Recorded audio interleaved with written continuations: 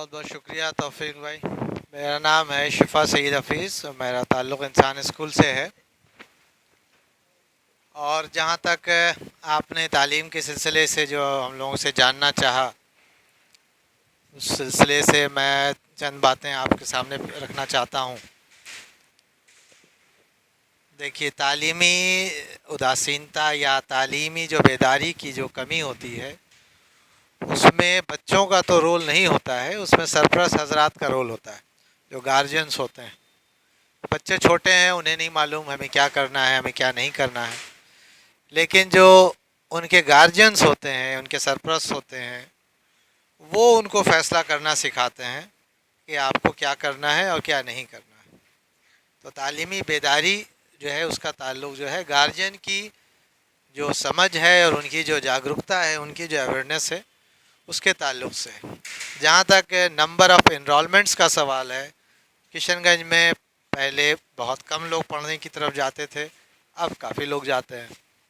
पहले जो है वो ज़्यादातर लोग जो है वो सरकारी में जाते थे, अब ये प्राइवेट में भी जाते हैं, और दोनों के बीच लगभग एक बड़ी तादाद है जो जाती है।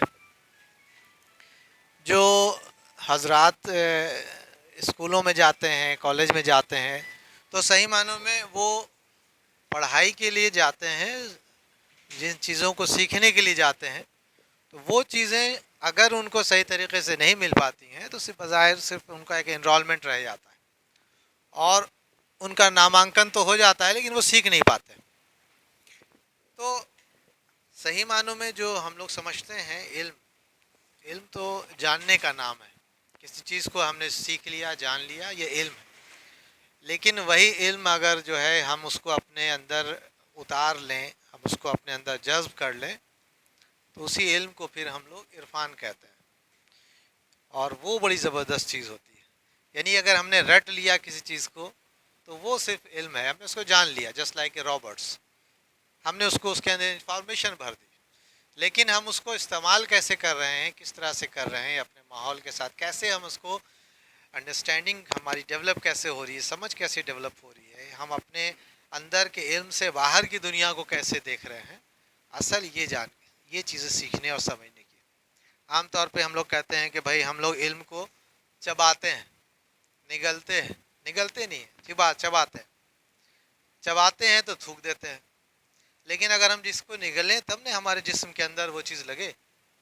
हम इल्म को क्या करते हैं, चबाते हैं और उसको चबा के फिर फेंक देते हैं, तो जो हमारे अंदर जज्ब नहीं हो रहा है। और एक ख़ास चीज़ जो कि इल्म को अगर हम लोग दो चीज़ों से जोड़ें, तो किसी भी समाज में, किसी भी जगह उसकी उदासीनता भी ख़त्म होती है और बल्कि ज़्यादा अच्छे नतीजे निकलते हैं।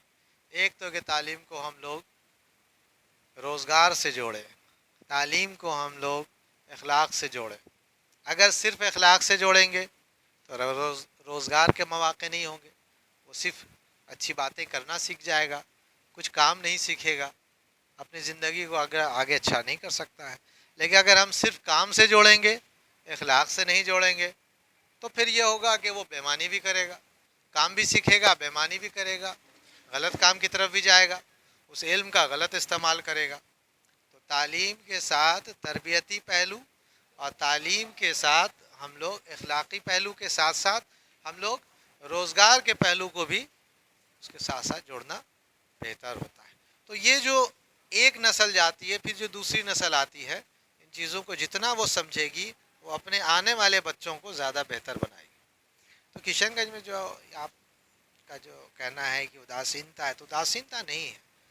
पढ़ाई के नंबर ऑफ़ स्टूडेंट्स काफ़ी हैं, बहुत ज़्यादा है। यहाँ के लोग यहाँ भी पढ़ते हैं, बाहर भी जाते हैं। हर गांव महल्ले में आपको तालीम के नाम पर कुछ ना कुछ इदारे ज़रूर मिलेंगे। उनमें कुछ ना कुछ बच्चे ज़रूर हैं, थोड़े ही से हों लेकिन बच्चे होते ज़रूर हैं। फिर यहाँ के बच्चे पढ़ के आगे भी जाते हैं, सोशली और एकेडमिकली वो काफ़ी अवेयर हैं, नॉलेज भी है उनको। तो धीरे धीरे जो चीज़ें हैं वो एक बार में ठीक नहीं होती हैं, बल्कि धीरे धीरे वो बेहतर होती हैं। तो तालीम को तरबियत के साथ और रोज़गार के साथ हम लोग जितना जोड़ेंगे, उतनी चीज़ें बेहतर से बेहतर। बहुत बहुत शुक्रिया।